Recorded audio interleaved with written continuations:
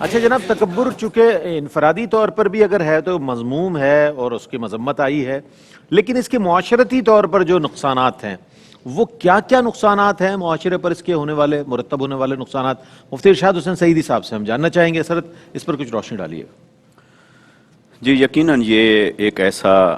مرض ہے جو انسان کی اخلاقیات کو تباہ کر دیتا ہے، بلکہ اس کے دین اور ایمان کی برکات کو تباہ کر دیتا ہے، اور بسا اوقات تو خود ایمان کو ہی تباہ کر دیتا ہے، کیونکہ بعض صورتوں میں جو تکبر ہے وہ کفر تک پہنچا رہا ہوتا ہے۔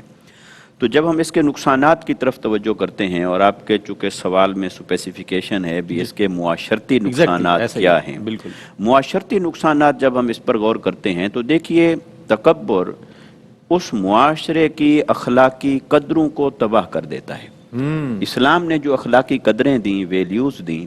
اس میں عاجزی ہے، اس میں انکساری ہے، اس میں تواضع ہے، اس میں حسن سلوک ہے، اس میں آگے بڑھ کر دوسروں کو سلام کرنا ہے، اس میں آگے بڑھ کر دوسروں کو عزت اور احترام سے پیش آنا ہے۔ اب وہ جتنی اسلام نے ہمیں اخلاقی قدریں عطا فرمائی ہیں وہ ہمارے معاشرے کو مضبوط اور مستحکم بنا رہی ہوتی ہیں، اور اللہ رب العزت کی بارگاہ میں اور اللہ کے حبیب صلی اللہ علیہ وسلم کی بارگاہ میں ہمیں محمود اور پسندیدہ بنا رہی ہوتی ہیں، اور اجر کا مستحق کر رہی ہوتی ہیں۔ ان اخلاقی قدروں کو یہ بگاڑ دیتا ہے اور خراب کر دیتا ہے۔ اور وہ کیسے؟ مثال کے طور پر تکبر کی وجوہات اور اسباب کی طرف جیسے قبلہ شاہ صاحب نے ذکر فرمایا۔ اب اگر تکبر کسی جگہ ہے اور اس کے پیچھے وجہ ہے دولت،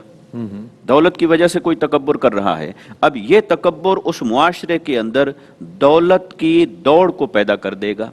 ہر آدمی پھر اس دوڑ میں لگ جائے گا کہ میں بھی پیسے حاصل کروں، اور یہ اگر اس کو پیسے اور مال سے یہ مقام ملا اور یہ اس کا گلیمر ہے، اور جائز و ناجائز کا کوئی تصور ذہن میں نہیں رہے گا، پھر بس وہ دوڑ میں لگ جائے گا۔ جی ہاں، اور وہ جو اس کو معاشرے کے اندر جو پریویلیج حاصل ہوگا، جو مراعات حاصل ہوں گی، تو وہ پھر ہر آدمی کی آنکھ دیکھے گی اسے حاصل کرنے کے لیے۔ وہ کہیں گے شاید اس منزل تک پہنچنے کے لیے ہمیں بھی وہی راستہ اختیار کرنا چاہیے جو راستہ اس نے اختیار کر رکھا ہے۔ تو لہٰذا تکبر اگر دولت کے سبب کہیں پر ظاہر ہو رہا ہے تو وہ اس معاشرے کے اندر دولت کی مسابقت اور مقابلے بازی کو پیدا کر دے گا۔ اچھا، اسی طرح اگر دولت، وہ تکبر پیدا ہوا ہے کسی منصب پر ہونے کی وجہ سے، منصب کے سبب سے وہ تکبر ہوا ہے، تو پھر اس معاشرے کے اندر اس طرح کے مناصب کو حاصل کرنے کی ایک دوڑ شروع ہو جائے گی، اور بسا اوقات لوگ اس کے لیے رشوت دیں گے، اس کے لیے چور دروازے اختیار کریں گے کہ میں بھی یہ منصب حاصل کروں، میں بھی یہاں تک پہنچ جاؤں، مجھے بھی یہ عہدہ حاصل ہو، کیونکہ اس عہدے پر پہنچنے والے فلاں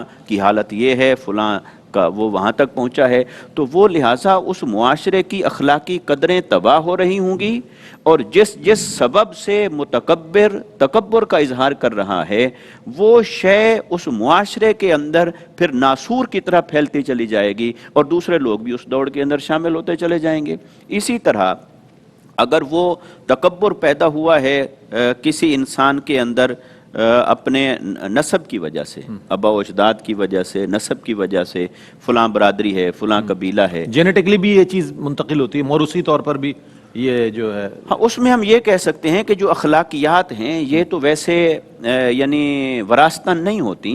یہ کسباً ہوتی ہے چیز، لیکن یہ کہ جس ماحول میں، جس گھر میں، جس معاشرے میں تکبر ہوگا تو اس معاشرے میں جو کوئی آنکھ کھولے گا، اس گھر میں جو کوئی آنکھ کھولے گا تو وہاں پر یہ چیزیں اثرات منتقل ہوں گے۔ تو اس معنی میں تو ہم کہہ سکتے ہیں کہ پھر یہ آگے منتقل ہوتی ہے، یعنی بڑوں کو دیکھ کر پھر چھوٹوں کے اندر اسی طرح کی عادات اور چیزیں ہوتی ہیں۔ لہٰذا میں اپنی بات کو یہاں سمیٹتا ہوں کہ تکبر کسی بھی معاشرے کی تمام اخلاقی قدروں کو پامال کر دیتا ہے۔ اگر ہم اسلامی اخلاقیات کو زندہ دیکھنا چاہتے ہیں، انہیں پوری طرح سے مستحکم دیکھنا چاہتے ہیں، تو اپنے آپ سے بھی اور اپنے معاشرے سے بھی تکبر کا خاتمہ کرنا ہوگا۔ یہ بڑا اچھا سمرائز کر دیا آپ نے۔